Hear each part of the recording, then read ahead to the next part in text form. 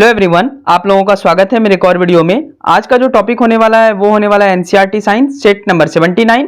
Set number 76 से हम सब बायोलॉजी कर रहे हैं और ये 135 तक आपका बायोलॉजी रहेगा। तो बायोलॉजी के सीरीज में एक और वीडियो को ऐड करते हुए चलिए वीडियो की शुरुआत करते हैं। चैनल पे नए हैं तो चैनल को सब्सक्राइब कर लेंगे।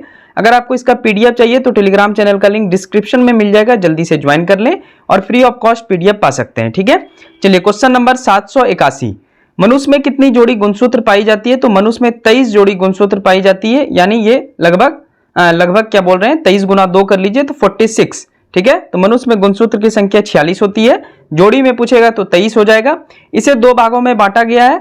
22 जोड़ी जो होता है इसे ऑटोसोम्स कहते हैं। यह पुरुष और महिला में समान होता है, इसे दैहिक गुणसूत्र भी कहा जाता है। और एक जोड़ी जो होता है इसे सेक्स क्रोमोसोम कहते हैं, यानी इसी से लिंग का निर्धारण होता है पुरुष और महिलाओं में। तो पुरुष में लिंग निर्धारण को XY से बोलते हैं और महिला में लिंग निर्धारण को XX से निरूपित करते हैं। ठीक है, तो ये बात आई होप समझ गए होंगे। नंबर 782, विभिन्न प्रजातियों में गुणसूत्र की संख्या, जो बार बार एग्जाम में पूछे जाते हैं, इसका कम से कम आप सब जान लीजिए। तो विभिन्न प्रजातियों में गुणसूत्र की संख्या में सबसे नंबर 1 पे है चिंपांजी, इसमें 48 गुणसूत्र होता है। कुत्ता में 78 गुणसूत्र होता है, बिल्ली में 38 और मेढक में 26। पक्षियों में गुणसूत्र प्रदर्शित किया जाता है तो नर होमोमॉर्फिक सेक्स में ZZ, यानी पक्षियों में जो नर होगा मेल होगा उसको ZZ से निरूपित करेंगे और फीमेल में करेंगे ZW से। ये दोनों क्वेश्चन आपके बीपीएससी एग्जाम में पूछे जा चुके हैं। ठीक है, तो इसको आप जरूर याद रखेंगे। मनुष्य में मेल और फीमेल हम सब देख लिए पिछले क्वेश्चन में, ये पक्षियों की बात हो रही है। तो पक्षियों में नर का हो जाएगा ZZ और मादा यानी फीमेल का हो जाएगा ZW। चलिए नेक्स्ट क्वेश्चन नंबर 783, जीन का नाम किस वैज्ञानिक ने दिया? तो जोहानसन ने जीन का नाम दिया था। अब ये जीन क्या है? तो जीन का अध्ययन अनुवांशिकी के अंतर्गत किया जाता है। कृत्रिम जीन संश्लेषण हरगोविंद खुराना ने सबसे पहले दिया। जीन डीएनए का एक खंड है। जीन एक कोडोन है जिसमें एडेनिन, ग्वानिन, थाइमिन और साइटोसिन पाया जाता है। याद होगा आपको जब हम सब डीएनए पढ़ रहे थे तो उसमें जो नाइट्रोजनिक क्षारक था उसमें एडेनिन, ग्वानिन, थाइमिन और साइटोसिन पाया जाता था। तो डीएनए का एक खंड होता है जीन। ठीक है, और जीन एक कोडोन है जिसमें यही पाया जाता है एडेनिन, ग्वानिन, थाइमिन और साइटोसिन। और ये क्या काम करता है? तो ये पीढ़ी दर पीढ़ी को बढ़ाता है, यानी जनसंख्या वृद्धि करता है ह्यूमन की। क्वेश्चन नंबर 784, किस कोशिका को ऊर्जागृह कहते हैं? तो इसका आंसर हो जाएगा माइटोकॉन्ड्रिया। इसको ऊर्जागृह क्यों बोलते हैं? तो ग्लूकोज जैसे ही साइटोप्लाज्म में पहुंचता है यहां 2 पायरेबिक अम्ल का निर्माण होता है। ठीक है, यहां 4 ATP उत्पादित होता है, इनमें से 2 ATP को पुनः उपयोग कर सकते हैं। अगर इसमें ऑक्सीजन मिला दिया जाए, ऑक्सीजन मिल जाता है तो पायरेबिक अम्ल माइटोकॉन्ड्रिया में प्रवेश कर जाता है। ठीक है, पिछले ही क्वेश्चन का इस क्वेश्चन में एड ऑन किया गया है कि माइटोकॉन्ड्रिया का वायवीय श्वसन क्या है। तो जब ऑक्सीजन पायरेबिक अम्ल में पहुंचता है तो ऑक्सीजन मिल जाता है तो यह माइटोकॉन्ड्रिया में प्रवेश कर जाता है और इस श्वसन को वायवीय श्वसन कहते हैं। वायवीय श्वसन के बाद यहां कार्बन डाइऑक्साइड और जल का निर्माण भी होता है। इस क्रिया के बाद माइटोकॉन्ड्रिया में 36 ATP ऊर्जा का उत्पादन होता है और यहां भोजन पूर्ण रूप से उत्पादित होता है। तो जब ऑक्सीजन मिलेगा तो वो वायवीय श्वसन कहलाएगा माइटोकॉन्ड्रिया में, और जब ऑक्सीजन नहीं मिलेगा तो ये नेक्स्ट क्वेश्चन में हम सब जानेंगे। तो जब ऑक्सीजन माइटोकॉन्ड्रिया में मिलता है तो पायरेबिक अम्ल जो बनता है उसमें ऑक्सीजन मिल जाता है और ऑक्सीजन मिलने के कारण पायरेबिक अम्ल जो है वो माइटोकॉन्ड्रिया में प्रवेश कर जाता है। प्रवेश करने के बाद उस श्वसन को वायवीय श्वसन कहते हैं और वायवीय श्वसन होने के बाद वहां कार्बन डाइऑक्साइड और जल का निर्माण होता है। इसके अलावा वहां भोजन पूर्ण रूप से उत्पादित होता है। इसके अलावा इस क्रिया के बाद क्या होता है? तो माइटोकॉन्ड्रिया में 36 ATP ऊर्जा उत्पादित होता है। ये आपको भूलना नहीं है और ये सब क्रेब्स चक्र में होता है। ठीक है, तो ये भी प्रश्न काफी बार आता है। 786, देखिए माइटोकॉन्ड्रिया का अवायवीय श्वसन क्या है? तो अभी मैं बात कर रहा था वायवीय श्वसन की, अब अवायवीय श्वसन समझते हैं हम सब। अगर पायरेबिक अम्ल में ऑक्सीजन नहीं मिले, माइटोकॉन्ड्रिया में अगर पायरेबिक अम्ल में ऑक्सीजन नहीं मिले तो यह मांसपेशी में चला जाता है और यह लैक्टिक अम्ल उत्पन्न करता है, इसे ही अवायवीय श्वसन कहते हैं। जब ऑक्सीजन मिलेगा, पायरेबिक अम्ल ऑक्सीजन में मिल जाएगा तो यह माइटोकॉन्ड्रिया में जाएगा और वहां 36 ATP ऊर्जा उत्पन्न करेगा। इसके अलावा वहां कार्बन डाइऑक्साइड और जल का निर्माण होगा, ऑक्सीजन का निर्माण होगा और भोजन का पूर्णतः उत्पादन होगा। लेकिन यहाँ पे क्या होता है?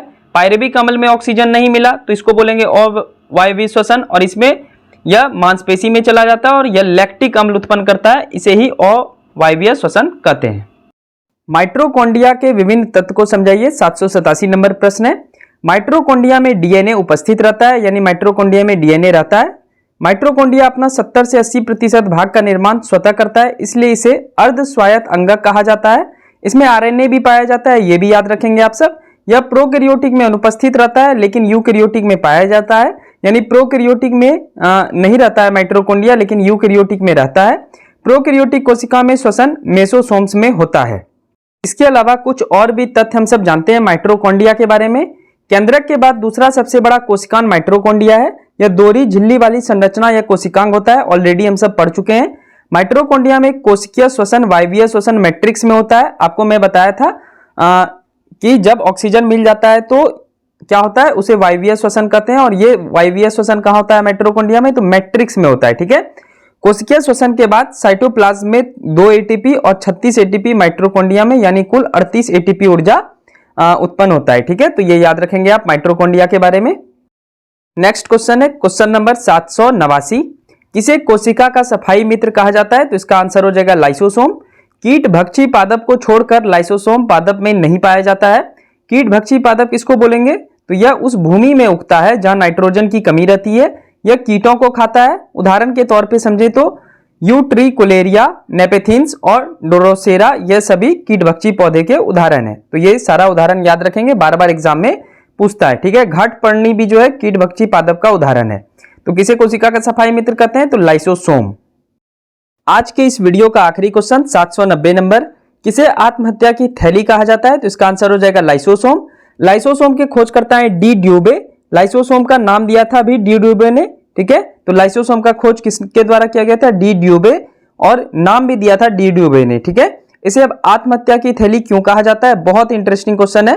तो इसमें हाइड्रोलिक्टिक एंजाइम पाई जाती है, जो खराब कोशिकांग होने पर वह उस पर फटकर एंजाइम उड़ेल देता है, मतलब उलझ देता है उसे उसका पूर्ण पाचन कर लेता है। ठीक है, इसलिए इसको आत्महत्या की थैली कहा जाता है।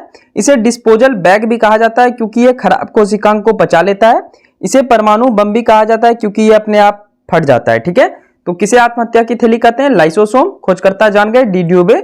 और क्यों कहा जाता है, क्योंकि इसमें हाइड्रोलिक्टिक एंजाइम पाया जाता है, जो कि कोई भी कोशिका खराब होता है तो उस पर वो एंजाइम उड़ेल कर उसको पूर्ण पाचन कर लेता है, यानी अपने में मिला लेता है, अपने में ईट कर जाता है। तो इसे बोलते हैं आत्महत्या की थैली, लाइसोसोम। तो ये था एनसीईआरटी साइंस सेट नंबर 79, और ये बायो था 76 से 135 नंबर सेट तक आपका बायोलॉजी चलेगा, और सीरियल वाइज चल रहा है। और इसका पीडीएफ भी मैं प्रोवाइड कर रहा हूँ, टेलीग्राम चैनल का लिंक डिस्क्रिप्शन में, जल्दी से ज्वाइन करें और फ्री ऑफ कॉस्ट पीडीएफ पा लें। केमिस्ट्री का भी 10 वीडियो आ चुका है, 35 से लेकर 44 तक, और जल्दी मैं सेट नंबर 45 आप सबके समक्ष लाऊंगा। 1 से 2 दिन में बाहर रहने वाला हूं, तो आई थिंक वीडियो नहीं भी आएगा, लेकिन मैं कोशिश करूंगा कि बाहर से भी, ट्रेन पे भी रहूंगा तो वहां से भी वाईफाई के जरिए आप सबके लिए मैं वीडियो लाऊं। अगर मुझे टाइम मिलेगा तो मैं जरूर आप सबके लिए लाऊंगा। ठीक है, 23 तारीख से आपका वीडियो 3-4 वीडियो आएगा डेली। उसमें 70 बीपीएससी पीटी का करंट अफेयर्स भी रहेगा, साइंस चल ही रहा है, और बहुत सारे प्रैक्टिस सेट मैं आप सबके लिए बना रहा हूं, तो उसका भी वीडियो जल्दी आएगा। थैंक यू सो मच, मिलते हैं नेक्स्ट वीडियो में। All the best.